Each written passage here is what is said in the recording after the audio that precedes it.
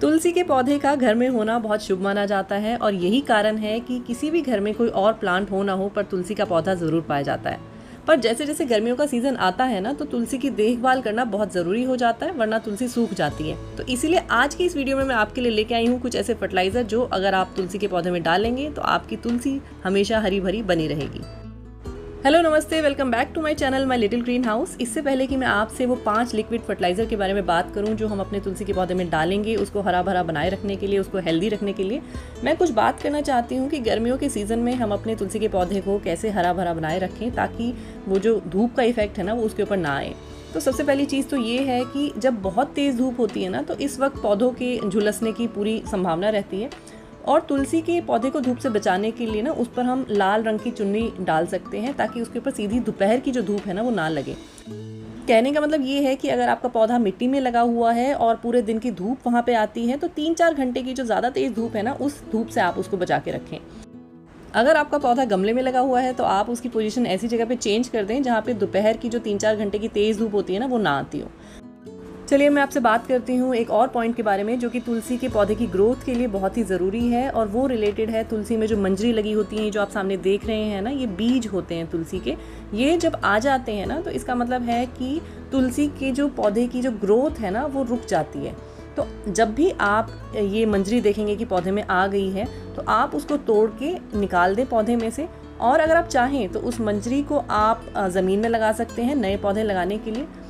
जिस तरीके से आप कोई भी बीज मिट्टी में लगाते हैं उसी तरीके से आप ये मंजरी लगा सकते हैं ज़मीन में और उसके ऊपर से आप इसको पानी से सींच सकते हैं। तो आप देखेंगे कि नए आपके तुलसी के पौधे निकलने लग जाएंगे ज़मीन में से। पर आपको ये मंजरी समय समय पे हटाते रहना बहुत ज़रूरी है अगर आप चाहते हैं कि आपका तुलसी का पौधा बहुत अच्छे से ग्रो करे और हरा भरा बना रहे।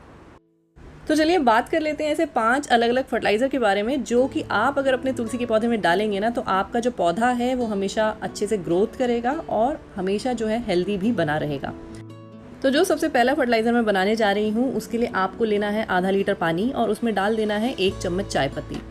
अगर आपके पास यूज़ की हुई चाय पत्ती है तो आप वो भी यूज़ कर सकते हैं, लेकिन उस केस में आपको चाय पत्ती को बहुत अच्छे से पानी से साफ़ करना पड़ेगा क्योंकि अगर उसमें चीनी या फिर दूध का असर आ गया तो आपके पौधे में फंगस लगने की संभावना बढ़ सकती है।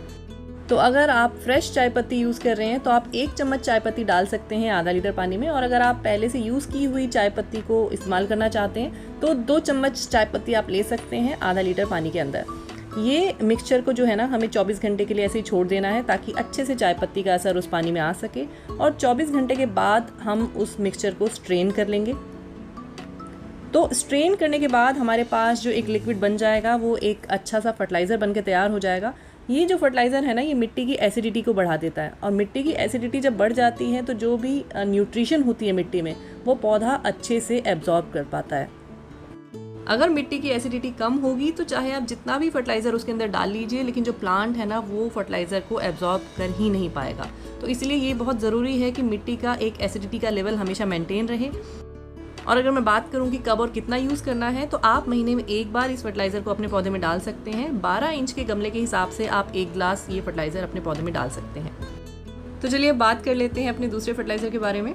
नॉर्मली हम अपने घर में धूप बत्ती या फिर अगरबत्ती का जो यूज़ है वो रेगुलरली करते रहते हैं, लेकिन जब हम उनको जलाते हैं तो उसके बाद जो उनका लेफ़्ट ओवर बचता है जिसको हम राख भी बोलते हैं उसको हम फेंक देते हैं। लेकिन अब हमें वो फेंकना नहीं है, हम उससे एक फर्टिलाइज़र बना के तैयार कर सकते हैं अपने तुलसी के प्लांट के लिए।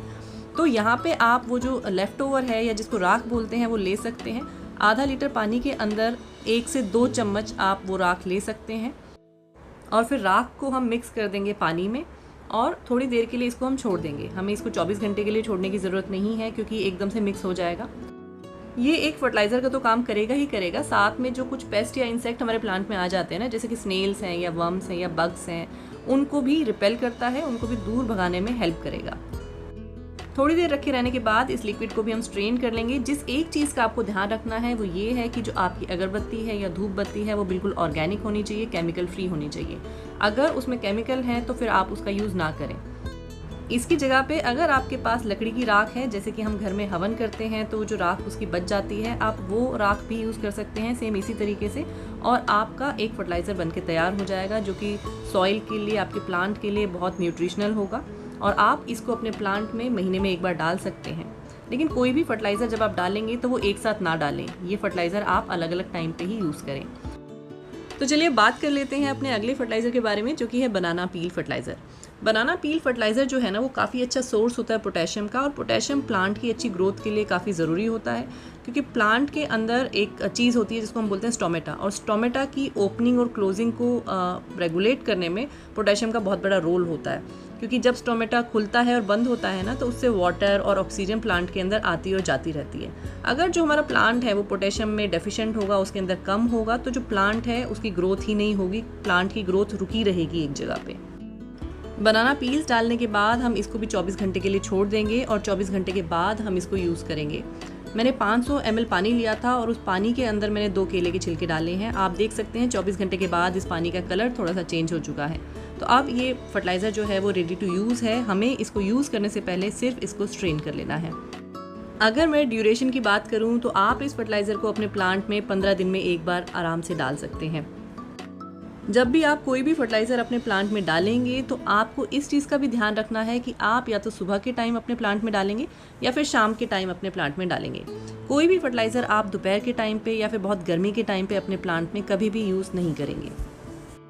तो चलिए अब आगे बढ़ते हैं अपने अगले फर्टिलाइज़र की तरफ, जो कि है Epsom salt fertiliser. Epsom salt का मतलब है मैग्नीशियम सल्फेट। इसके अंदर 2 तरह के मिनरल होते हैं, एक मैग्नीशियम और एक सल्फ़र। ये दोनों मिनरल जो होते हैं ना, वो प्लांट की ग्रोथ के लिए, उसके हरे रंग के लिए बहुत ही ज़रूरी होते हैं। तो यहाँ पे मैंने जो 500 ml पानी लिया है, उसके अंदर आधा चम्मच मैंने एप्सम सॉल्ट लिया है। वो एप्सम सॉल्ट आप मिक्स कर लेंगे इस पानी में अच्छे से। इस फर्टिलाइज़र को बनाने के लिए हमें 24 घंटे वेट करने की ज़रूरत नहीं है, सिर्फ हमें इसको पानी में मिक्स कर देना है, अच्छे से स्टिर करना है जब तक कि वो एप्सम सॉल्ट दिखना बंद ना हो जाए, और ये हमारा फर्टिलाइज़र तभी की तभी इस्तेमाल करने के लिए तैयार हो जाएगा।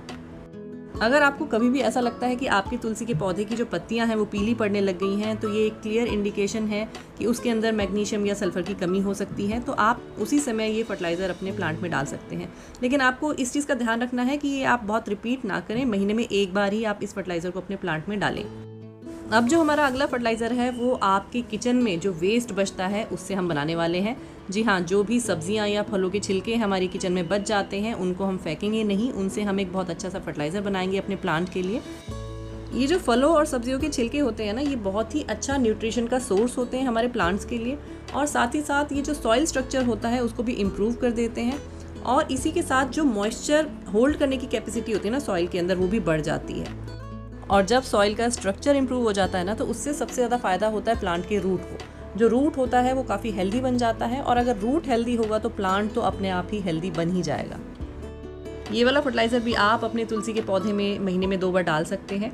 अगर आपने 15 दिन में एक बार सब्जियों और फलों के पील का फर्टिलाइज़र डाला है, तो आप अगले 15 दिन के बाद बनाना पील का फर्टिलाइज़र डाल सकते हैं। उससे क्या होगा कि अलग अलग तरह के न्यूट्रिशन प्लांट को मिलती रहेगी।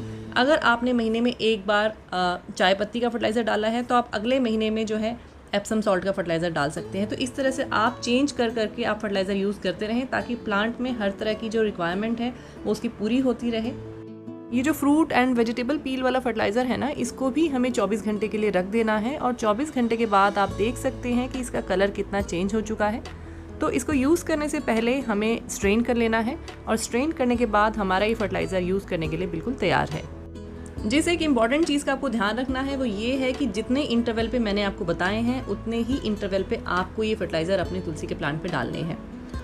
और मैं एक बार फिर से आपको क्वांटिटी के बारे में बता देती हूँ कि अगर आपका 12 इंच का पॉट है तो आप ये 1 गिलास फर्टिलाइज़र डाल सकते हैं उसके अंदर। ये 1 गिलास 200 ml का है।